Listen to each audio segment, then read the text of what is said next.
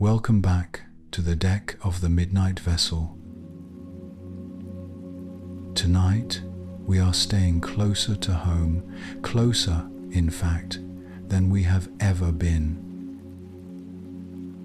Because tonight's voyage begins not in the cold of outer space, but in the warmth of a highland in East Africa, thousands of years ago, where a goat herder noticed something strange about his flock.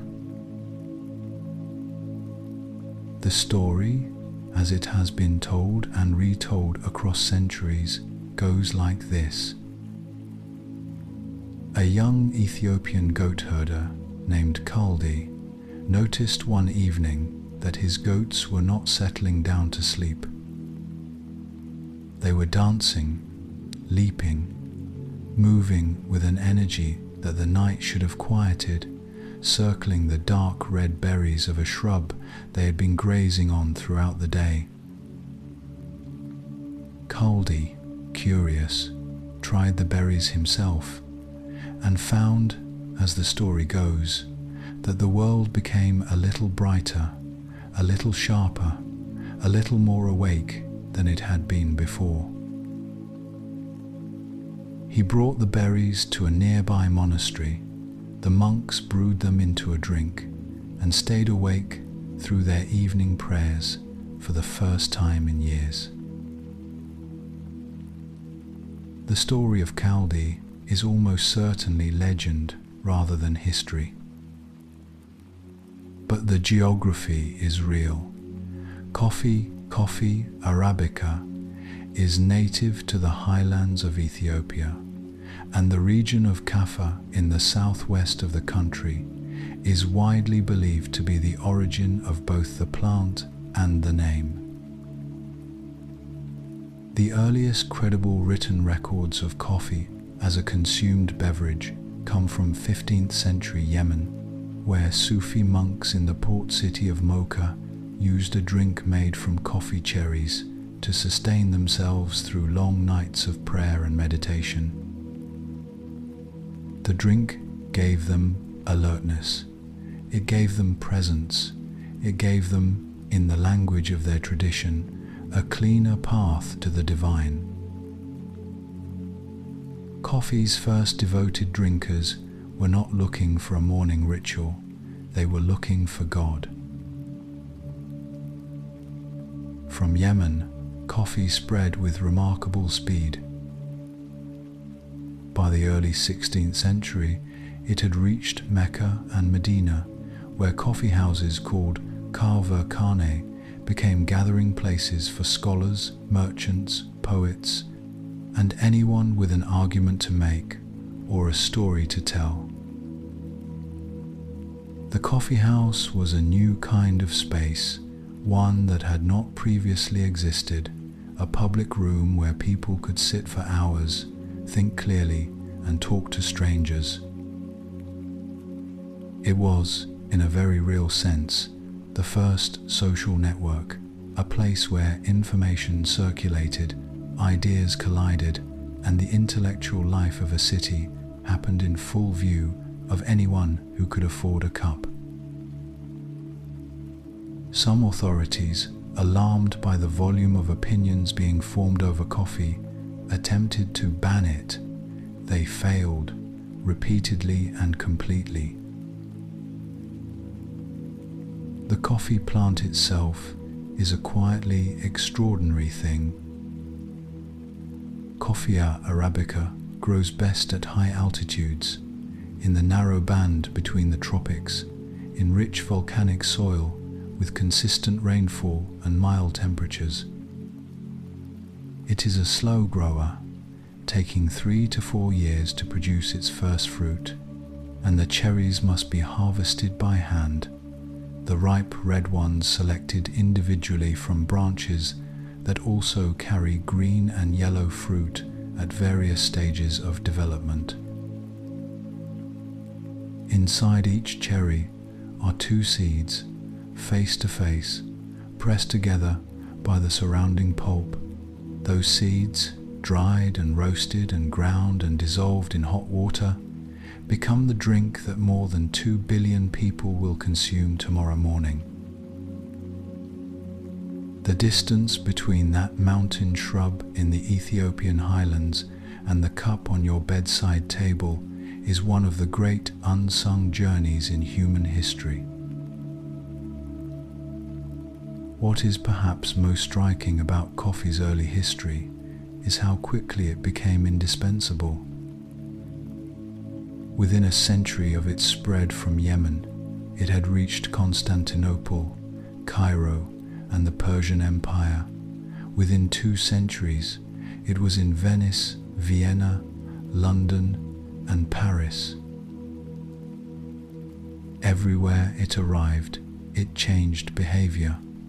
People who had been drinking weak beer or wine throughout the day because water was often unsafe suddenly had an alternative that sharpened rather than dulled the mind.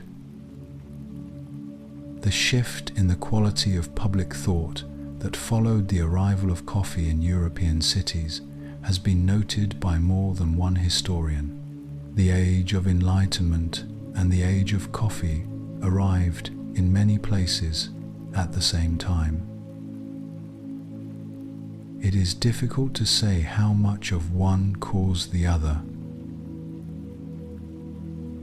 The ship moves gently through the dark, and somewhere below deck, the smell of something warm drifts up through the boards.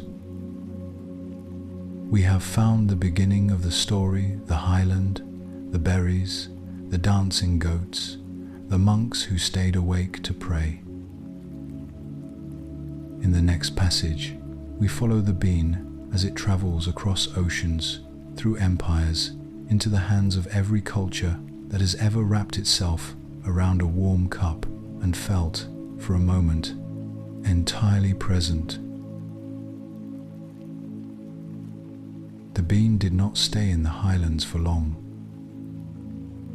From the moment coffee found its first devoted drinkers in the monasteries of Yemen, it moved carried by merchants, pilgrims, and sailors across the trade routes of the known world with a speed that suggests it was meeting a need people did not yet know they had. The story of how coffee traveled from a single mountain shrub in East Africa to the cup of nearly every person on the planet is, in its own quiet way, one of the great adventure stories of human history. By the early 16th century, coffee had reached Constantinople, the city that sat at the crossroads of East and West, where the Ottoman Empire was at the height of its power. The first coffee house in Constantinople opened in 1554, run by 2 Syrian merchants named Shems and Hekim. Within a decade, there were hundreds. Within a generation, there were thousands. These were not merely places to drink, they were places to think, to argue, to play chess, to hear news, to conduct business, and to sit for hours in the company of strangers who might become allies or friends or rivals by the time the cup was empty. They were called Mektebi Irfan schools of the wise. The Ottoman authorities, unnerved by the volume of political conversation happening over coffee, attempted to close them more than once. The coffee houses reopened every time. Coffee reached Venice in 1600, carried by traders who had encountered it in the Levant. Its arrival was not without controversy. Catholic clergy petitioned Pope Clement VIII to ban it, calling it the bitter invention of Satan, a drink of the infidel that should be forbidden to Christians. The Pope, to his credit, asked to try it before making a decision. He tasted it, enjoyed it enormously, and reportedly said that it would be a shame to let the devil have exclusive use of something so delicious. He blessed the coffee instead, and the church's opposition evaporated as quickly as the steam from the cup. By 1645, Venice had its first coffee house. By the end of the century, coffee houses had spread across the whole of Europe. In London, the coffee house became something extraordinary.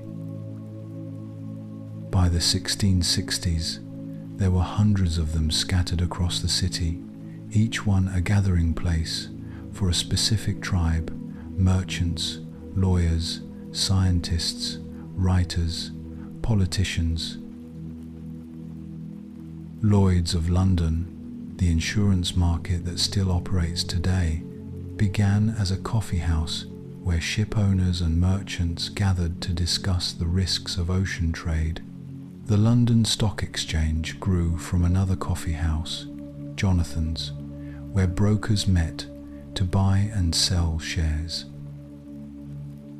The Royal Society, the oldest and most prestigious scientific institution in the world, held many of its early discussions in coffee houses, where members would meet to share findings, debate theories, and argue about the nature of the universe over cups that cost a penny. The coffee house was, in the most literal sense, where the modern world was designed. The Dutch were the first to successfully cultivate coffee outside of Arabia, smuggling seedlings out of Yemen in the late 17th century and establishing plantations in their colonies in Java and Ceylon. From Java, a single coffee plant was sent as a gift to the Amsterdam Botanical Garden. From that garden, a cutting was presented to King Louis XIV of France. And from the royal greenhouses of Paris, a young French naval officer named Gabriel de Clieu smuggled a cutting aboard a ship bound for Martinique in 1720, nurturing it across a stormy Atlantic crossing, sharing his own water ration with the plant during a period of drought at sea. That single cutting took root in the Caribbean. Within 50 years, there were nearly 19 million coffee plants on Martinique alone.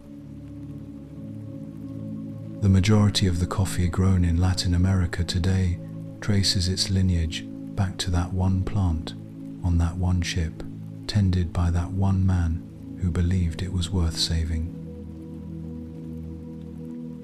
In Boston, in 1773, coffee took on a political dimension it had not previously worn.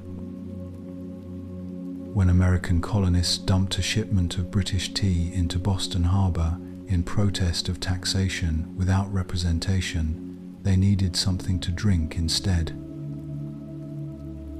Coffee, already present in the colonies, became the patriotic choice, a deliberate rejection of the British tea culture in favor of something that felt, in the heated language of the Revolution, more free. John Adams wrote to his wife Abigail that he had learned to like coffee and that he supposed he must, since tea had become undrinkable in good conscience. A political act transformed the taste of an entire nation, and the United States became and has remained one of the largest coffee-consuming countries in the world. There is a certain irony in discussing caffeine on a voyage designed to carry you towards sleep.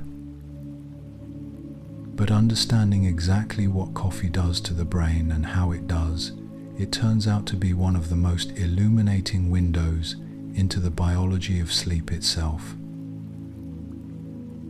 Because caffeine does not create wakefulness, it borrows it, and like all borrowed things, it must eventually be returned.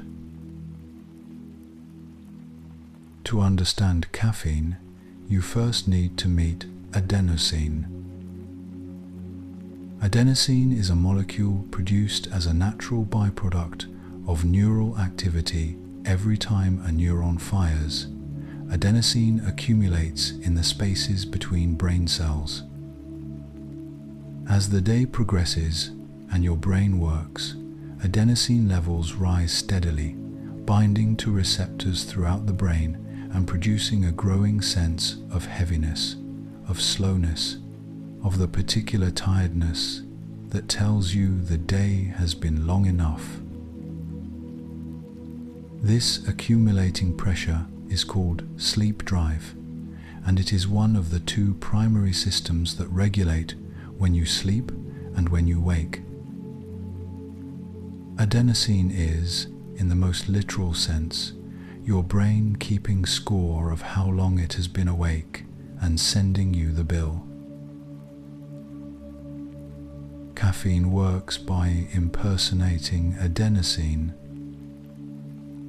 Its molecular shape is similar enough to adenosine that it fits into the same receptors, but unlike adenosine, it does not activate them. It simply occupies them, blocking the real adenosine from docking and delivering its message. The adenosine is still there, still accumulating, still keeping its faithful count of your waking hours, but the bill is not being delivered. The sensation of tiredness is chemically suppressed, and your brain continues operating as if the debt does not exist. Caffeine does not give you energy. It hides the invoice. And when it wears off, when the caffeine molecules are metabolized and the receptors are suddenly free, the adenosine that has been waiting rushes in all at once. This is the crash. Not a new tiredness, but the tiredness that was always there, arriving late and all together. The half-life of caffeine in the human body is approximately 5 to 7 hours. This means that if you drink a cup of coffee at 2 in the afternoon, roughly half of that caffeine is still circulating in your bloodstream at 9 in the evening, still occupying adenosine receptors, still suppressing the sleep signal, even if you no longer feel particularly alert. Sleep researcher Matthew Walker has described caffeine as one of the most underappreciated disruptors of sleep quality in the modern world, not because it prevents people from falling asleep, necessarily, but because it reduces the amount of deep, slow-wave sleep they get, even when they do. You may sleep 8 hours and wake feeling unrested, and the afternoon coffee may be quietly to blame. There is also the question of tolerance. With regular caffeine consumption, the brain adapts producing more adenosine receptors to compensate for the ones being chronically blocked. More receptors means more adenosine can dock, even in the presence of caffeine, which is why regular coffee drinkers need increasingly large amounts to feel the same effect. It also means that when a regular drinker stops consuming caffeine entirely, those extra receptors are suddenly all available for adenosine, at once producing the headaches, fatigue, and irritability of caffeine withdrawal, which is a recognized clinical syndrome and one of the most common drug withdrawals in the world. The most widely consumed psychoactive substance on the planet is also, quietly, one of the most dependence-forming. And yet the picture is not simply negative. In moderate amounts, at the right time of day, caffeine genuinely improves alertness, reaction time, mood, and certain aspects of cognitive performance. It increases the release of dopamine in the brain's reward circuits, which is part of why coffee feels like more than just a drink. It feels like a small daily pleasure, a ritual with its own emotional weight. The warmth of the cup, the smell of the brew, the first sip of the morning, these trigger anticipatory dopamine release even before the caffeine reaches the brain, which is why decaf drinkers often report feeling more alert after their morning cup, despite the absence of the drug. The ritual is doing real neurological work. The habit is its own medicine.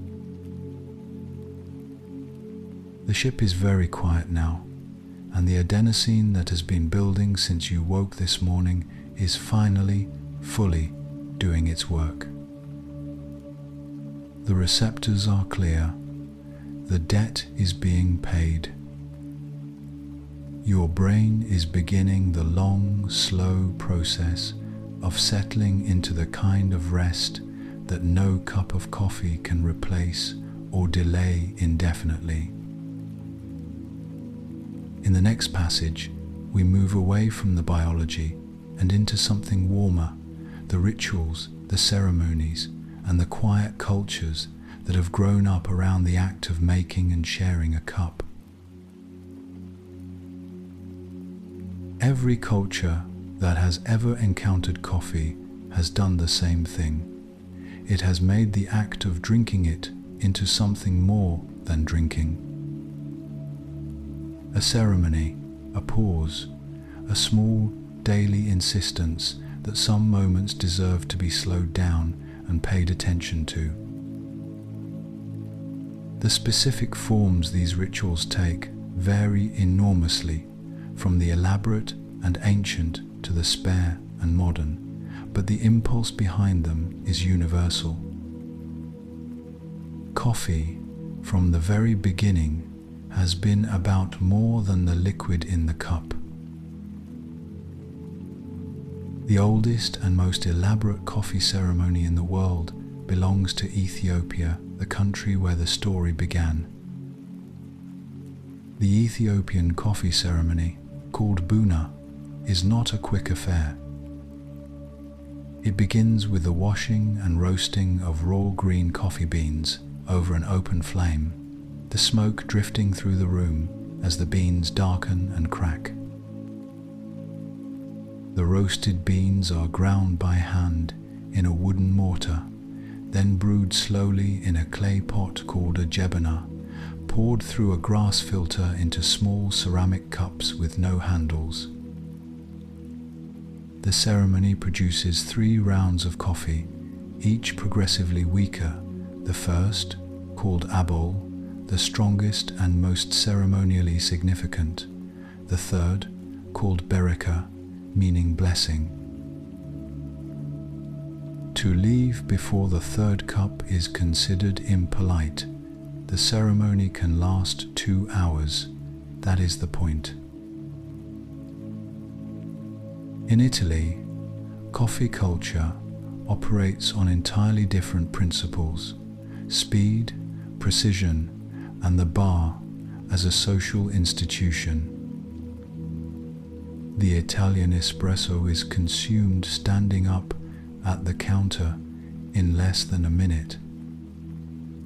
It is not a drink to linger over, but a punctuation mark, a sharp, concentrated shot that resets the day, taken between tasks, between conversations, between one part of the afternoon and the next. The bar in an Italian city is not a coffee shop in the Northern European or American sense.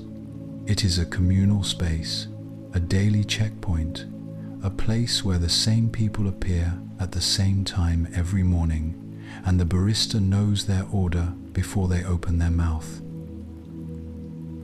The ritual is not in the preparation, it is in the return. The same cup, the same counter, the same familiar faces every day. Consistency as comfort, repetition as belonging. Turkey gave the world one of its most distinctive brewing methods, and with it, one of its most intimate coffee traditions. Turkish coffee is prepared in a small, long-handled pot called a sezve. The finely ground coffee simmered slowly with water and sugar until it froths, then poured, grounds and all, into a small cup and left to settle. You drink it slowly, carefully, stopping before the thick sediment at the bottom, and when the cup is empty and turned upside down on its saucer, the grounds that remain become the basis for tasseography, the reading of fortunes in the patterns left behind. Whether or not you believe in the reading, the practice transforms the end of a cup of coffee into a conversation, a moment of playful uncertainty, a small shared ritual of wondering what comes next. The grounds tell stories. The telling is the point.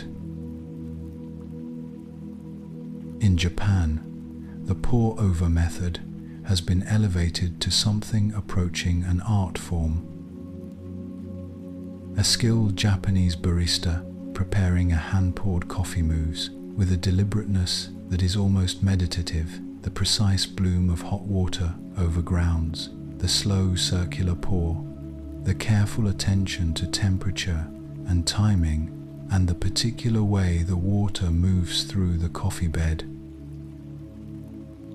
This approach reflects a broader Japanese aesthetic sensibility, the idea that the care taken in preparing something transfers to the experience of receiving it, that attention is a form of respect, and that the quality of a moment is inseparable from the quality of the presence brought to it. A cup of coffee made with full attention is a different cup of coffee from one made carelessly, even if the ingredients are identical.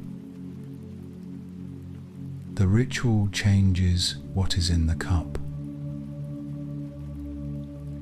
And then there is the coffee that needs no ceremony at all, the one made in a quiet kitchen before the rest of the house wakes, poured into a familiar mug, taken to a chair by a window where the light is just beginning to come in.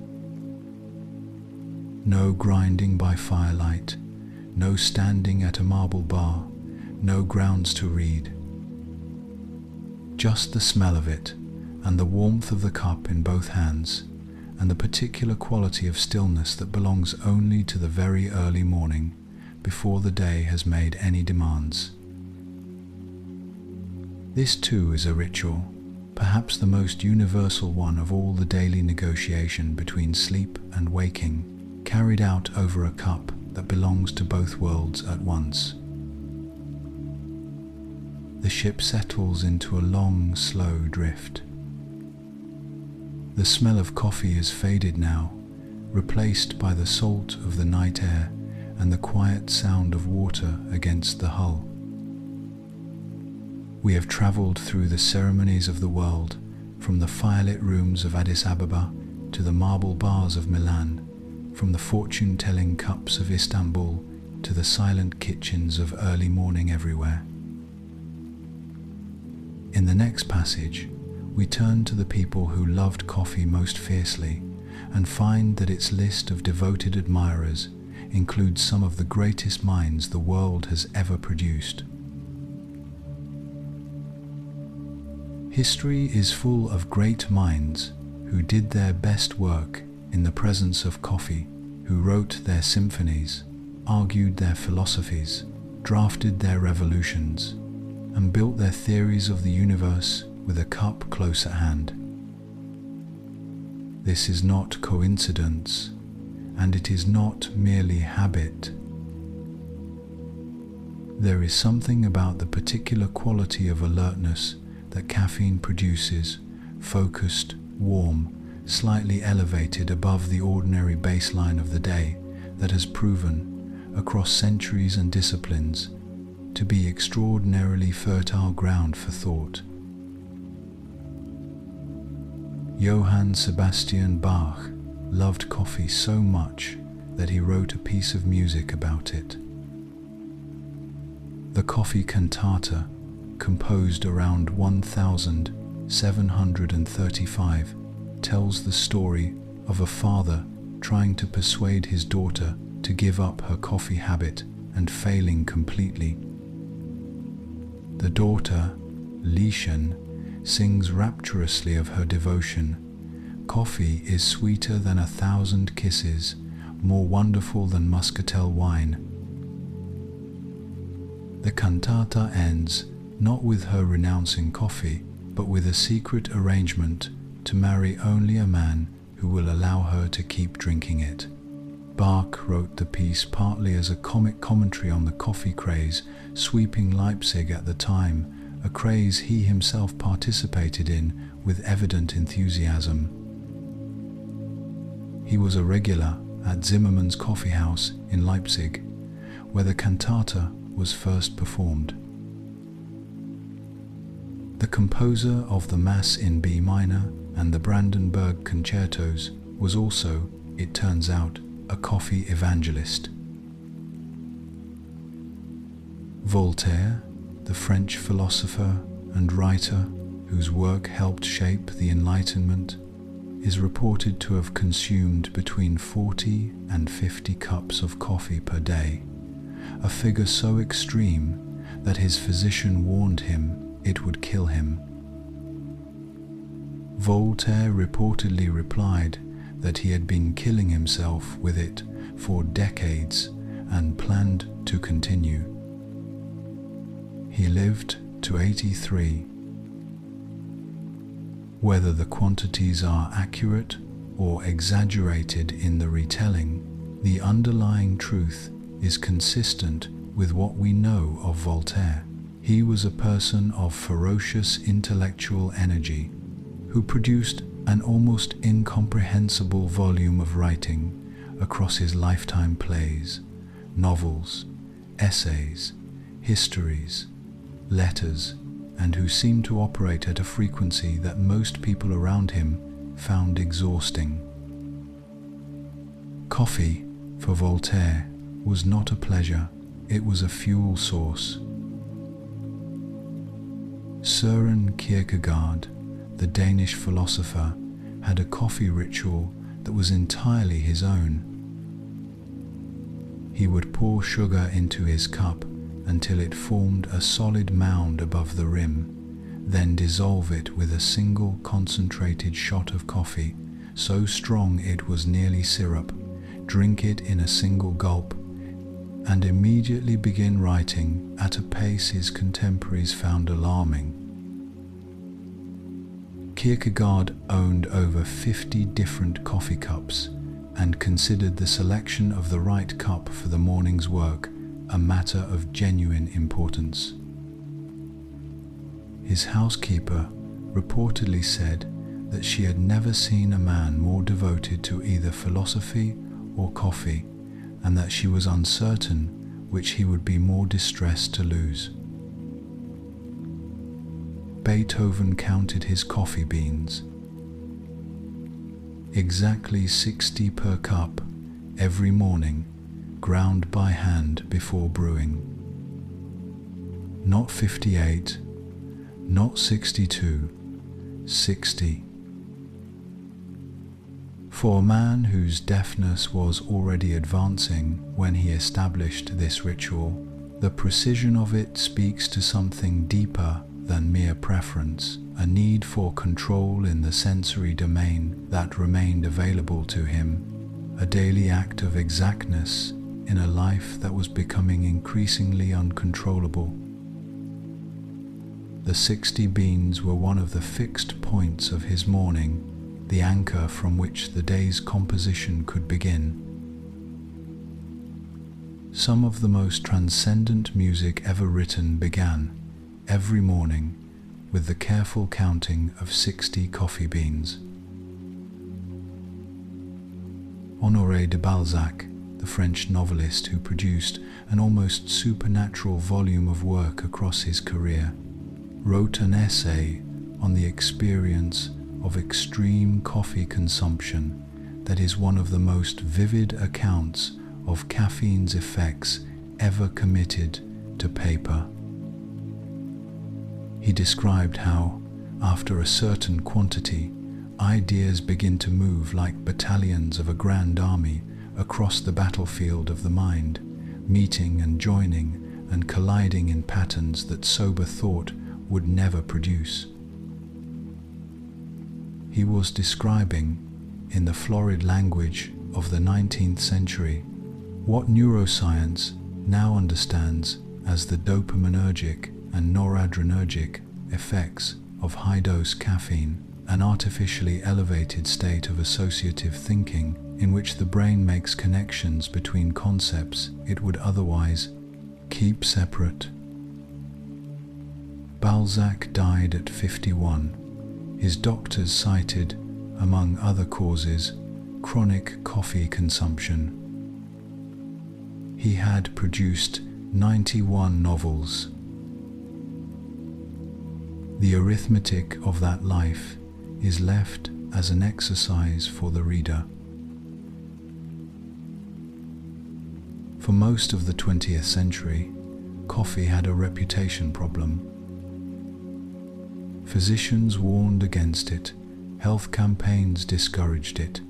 It was associated, in the popular imagination, with heart palpitations, anxiety, and the particular jitteriness of someone who had pushed their nervous system slightly past its comfortable limits.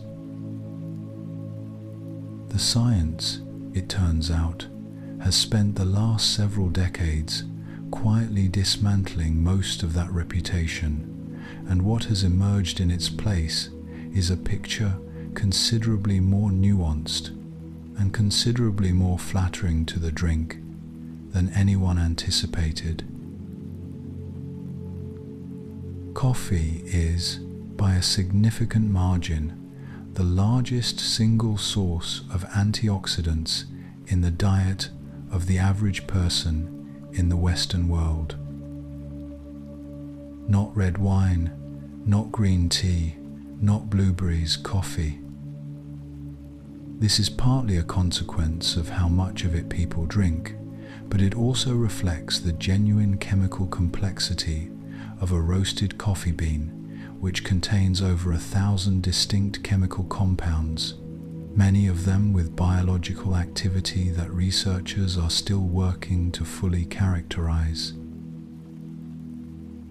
Among these are chlorogenic acids, which have been shown in laboratory studies to reduce inflammation, improve insulin sensitivity, and inhibit the absorption of glucose in the gut. The bean that people have been drinking for pleasure for 500 years turns out to be, incidentally, a remarkably rich source of compounds that the body finds useful. The cardiovascular story has been perhaps the most dramatic reversal. Early studies in the 1960s and 70s suggested a link between coffee consumption and heart disease, a finding that drove decades of medical caution. Later analysis revealed a critical confounding variable. Smokers, at the time, were far more likely to drink coffee than non-smokers, and the heart disease risk being attributed to coffee was actually the risk of smoking. When researchers controlled for smoking, the association with heart disease largely disappeared. More recent and more rigorous studies have found that moderate coffee consumption, 3 to 5 cups per day, is associated with a reduced risk of cardiovascular disease, not an increased one. The reversal is almost complete. The drink that was once warned against for the heart is now associated in the data with protecting it. The neurological findings are equally striking. Multiple large-scale studies have found that regular coffee drinkers have a significantly lower risk of developing Parkinson's disease, a finding robust enough across populations and methodologies that researchers now consider it one of the better established dietary associations in neurology. The mechanism is not fully understood, but caffeine's interaction with adenosine receptors in the brain regions affected by Parkinson's is considered the most likely explanation. Similar, though less consistent, associations have been found with Alzheimer's disease and other forms of cognitive decline. The daily cup that sharpens the morning may, across a lifetime, be doing something quieter and more lasting in the brain. Coffee has also been associated with reduced risk of type 2 diabetes, liver cirrhosis, certain liver cancers, and depression. A large meta-analysis found that each additional cup of coffee per day was associated with an 8% reduction in the risk of developing type 2 diabetes, a finding that held for both caffeinated and decaffeinated coffee, suggesting that caffeine itself is not the active agent in this particular benefit. The liver findings are especially consistent. Coffee drinkers show lower rates of liver inflammation, lower rates of fibrosis, and lower rates of liver cancer across virtually every population studied. The organ that processes every cup also appears to be among the greatest beneficiaries of the habit. None of this is a prescription. The benefits cluster around moderation 2 to 4 cups per day, and the individual variation in caffeine metabolism is enormous. Some people carry a genetic variant that makes them slow metabolizers of caffeine, for whom the same quantity that sharpens a fast metabolizer's morning may linger unpleasantly for hours. The optimal relationship with coffee, as with most things, is personal, found by paying attention to what the body actually reports rather than what the average of a large population study recommends. The science offers a direction. The cup in your hand asks you to pay attention to something more specific. The night is deep now, and the body has long since metabolized whatever coffee crossed your lips today. The adenosine receptors are clear. The liver has done its quiet work.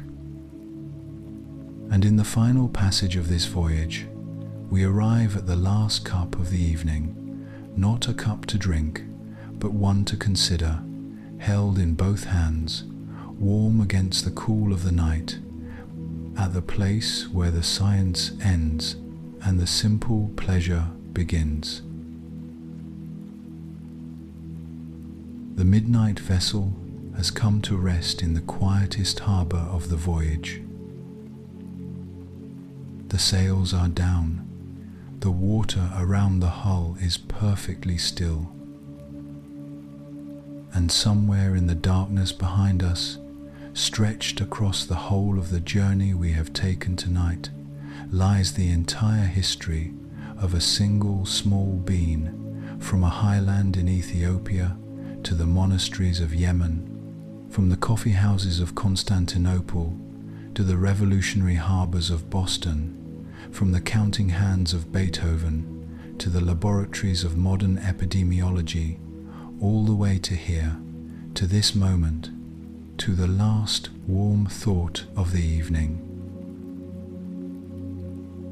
Coffee is, when you look at it squarely, one of the strangest success stories in human history. It is a drink made from the roasted seeds of a tropical shrub, dissolved in hot water that contains a psychoactive molecule so precisely shaped that it fits into receptors the human brain evolved for an entirely different purpose. It has no nutritional value in the traditional sense. It does not fill you or sustain you in the way that food does. And yet, more than 2 billion cups of it will be consumed tomorrow by people on every continent, in every time zone, in every economic circumstance, speaking every language.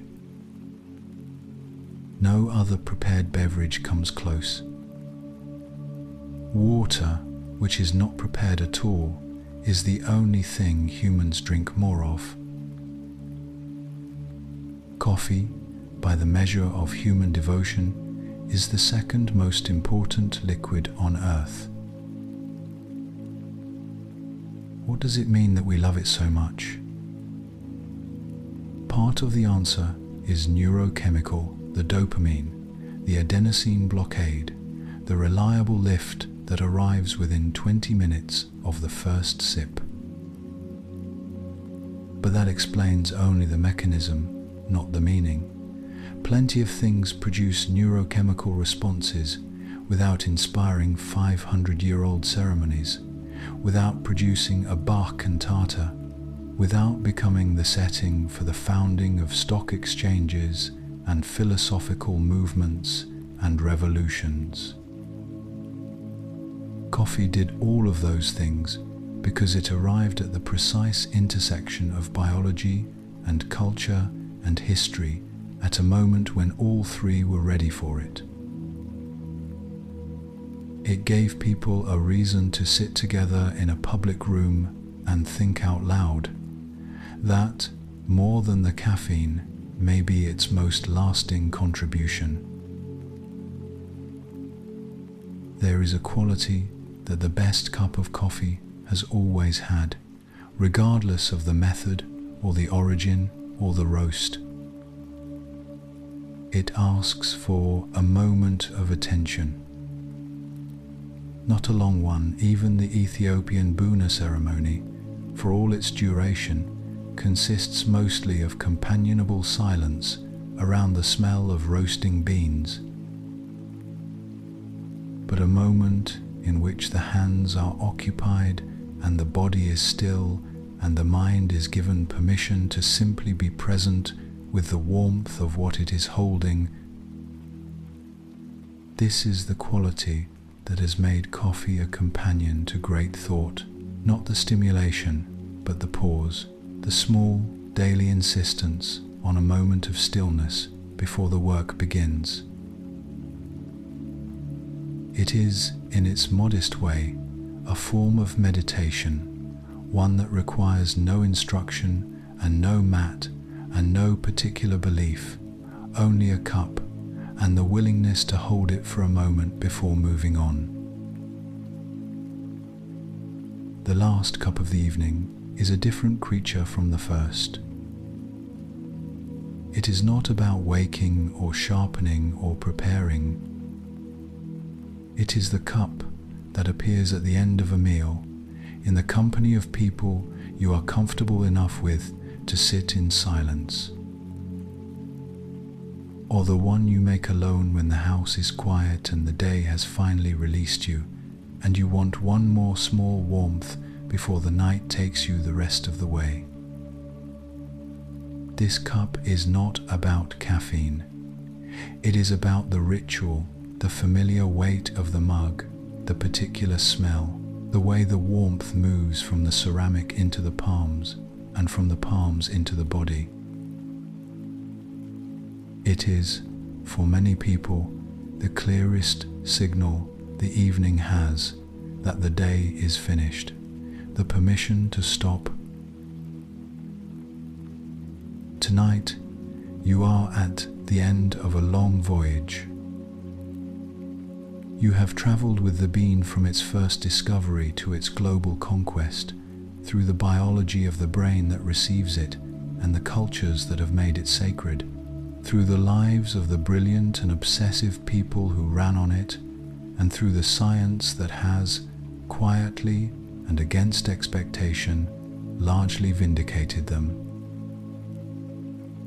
The cup that 2 billion people will lift tomorrow morning is connected by an unbroken line of human hands to the berries that a goat herder noticed in the highlands of Ethiopia, and to the monks who brewed them by firelight, and to the Sufi mystics who found in the drink a cleaner path to the divine. That is an extraordinary chain of custody for a hot drink. And yet here it is, intact, still passing from hand to hand, still warming the same cold mornings it has always warmed. Let your hands relax now. Whatever cup you held today has been set down. The adenosine has had its way.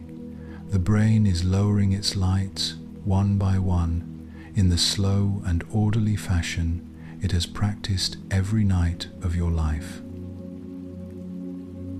The voyage is over, and the harbour is still, and the smell of something warm and dark and familiar lingers in the air of the cabin, like the last note of a piece of music you did not realize you loved until it ended. The cup is empty. The night is full. Rest now. Good night.